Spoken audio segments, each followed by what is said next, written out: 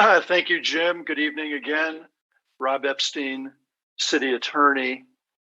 I am going to offer some remarks on an incident that occurred last month. It was an incident involving our police department. And I'm talking about it tonight because we are expecting an IJ article to come out shortly about the incident. And we thought it was important to bring it to the attention of the community tonight. So I'm going to do my best to get it right, but I would encourage the council when I'm through, if you have any questions, if I haven't made something clear, please do not hesitate to ask me. So this incident was a traffic stop, and it occurred due to a report that 911 received of an armed carjacking.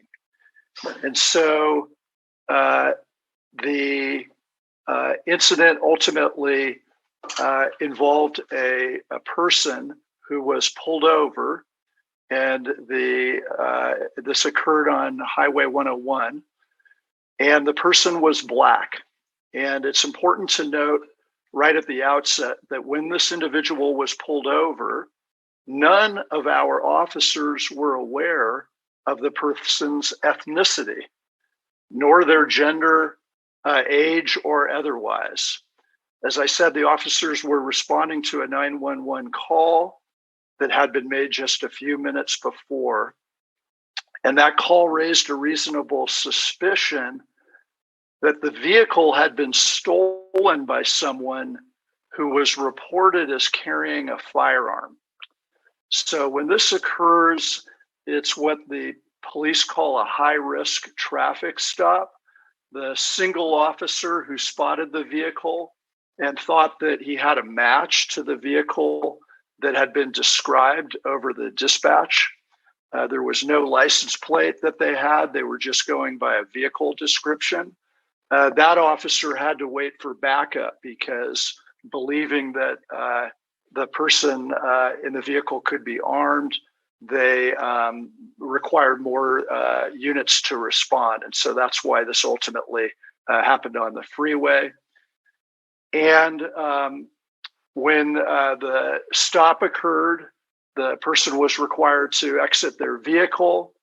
They had to walk backwards toward the police officers, and ultimately, they were briefly handcuffed. And then when the matter was sorted out, when our police officers were made clear that they had the wrong vehicle, this person, after having been briefly detained, was released after the officers apologized for what had occurred.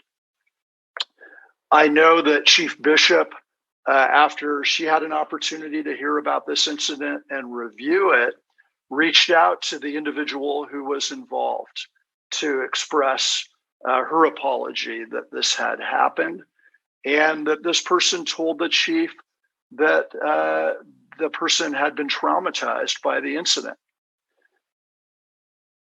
The city has now received a claim associated with this incident, and typically we do not comment on pending claims, but I do want to make a couple of additional remarks. There is body cam video of the incident, and the city's prepared to release that and will be doing so promptly, but wishes certainly to maintain the privacy of the individual involved. And this is something that is very painful for the person to whom it happened. And as I've thought about it, I would say that I would only imagine what it must have felt like to be the person who was incorrectly pulled over, with officers who believed that the person was armed, with officers who were indeed pointing their firearms at the person. But I can tell you that because the individual to whom this happened was Black, I can't even imagine how terrifying that must have been for that individual. So it's an upsetting incident, and it's one that fills us with sorrow at City Hall and at the police department that it occurred. It was brief, but in that brief period of time, there was real trauma that resulted for this individual. There is something that I'm pleased to report after telling this news, though, that has been sparked at City Hall as a result of the conversations around this incident and what could we do about it. The thing that must be made clear is that the chief has reviewed the incident. I have reviewed the incident. Our outside counsel has reviewed the incident. And with regard to the technicalities, the police procedures and practices, everything that they did was done correctly. And again, it could not have been a case of racial profiling because the officers did not know the ethnicity of the person when they pulled the person over until after the person got out of the car. But recognizing in these fraught times how intense and traumatic that experience must have been, we've now reached out to this individual with something new that we've never tried before. And it's not something the local government's really familiar with, but we've had the good fortune recently of having contact with Lorenzo, who helped us with our Eight Can't Wait committee. And Lorenzo introduced us to another local expert, Rochelle Edwards, who is an expert in what's called restorative justice. We had a chance to meet with her, talk about what she might be able to help us bring to this situation.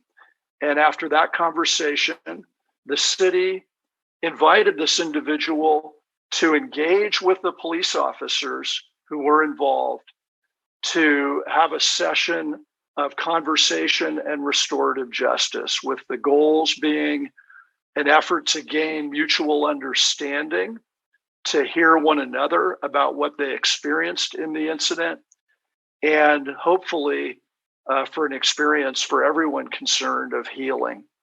So we don't have an answer yet whether this individual is willing to participate in that process, but I, for one, am very pleased that this is something that the city has now initiated and is hoping to do.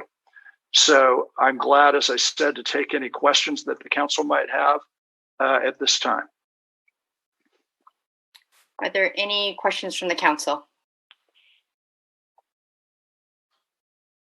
Not so much a question, but a suggestion that Rob provide some of the timeline. You used terms like a short period of time. Could you let everyone know the number of minutes involved in this event? Thank you, Councilmember Bushy. It's a good question. I believe the entire event lasted less than 10 minutes or approximately 10 minutes. So it was relatively brief, but I'm sure that it felt like an eternity for the person who was involved. And so it took time for the person to get back to the police vehicle. And then by the time that happened, there was some information that the officers had that suggested that they had the wrong vehicle. But it took a little bit of time to sort that out. And they wanted to make sure that everybody was safe who was involved, including this individual. And so once they were able to assure that and also confirm that they had the wrong vehicle, as I said, this person was released after being briefly detained and then assisted in returning to the freeway. Thank you. Any other questions? Yeah, Councilmember McCullough. Yeah, I just wanted to very briefly share. I'm going to speak on my own behalf, but I suspect I speak for everyone on the council. My sense of dismay that this occurred, and I'm simply reiterating what you said, Rob. A real deep dismay that this kind of incident, no matter how inadvertent, occurred within our jurisdiction. And I'm truly hopeful that this effort at restorative justice will go a long way towards helping both sides find greater understanding and trust. But thank you for that explanation. Thank you, Councilmember McCullough. Thank you. Councilmember Gablin. Yeah, I too would like to thank the city attorney for this presentation.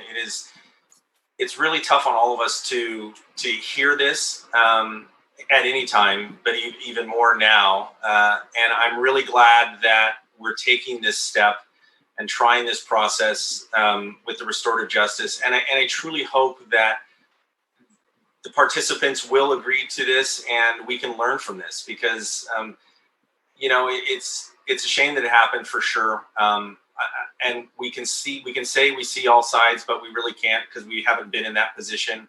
But for the opportunity for those sides to get together and talk and figure out, you know, how this works and what we can do better, I think will be great. And I really hope it takes place. And I appreciate what the city has done, because we do need to address this. So thank you. Thank you. And I'll just conclude by saying I also appreciate the update, that the fact that you've been so forthright in describing this incident to our community shows a seriousness with which we reflect upon it. And I share the same kind of heart. It just made me heartsick, the whole situation and hearing about it. But also, like my colleagues have said, I'm hopeful for the restorative justice practice. I don't know of any other jurisdictions that have looked to use this as a tool. And hopefully we'll bring some healing, and we won't ever have to have this conversation and this incident occur again. So with that, unless there's anything else, City Attorney? No, thank you all. Okay, thank you. Okay, so with that, we're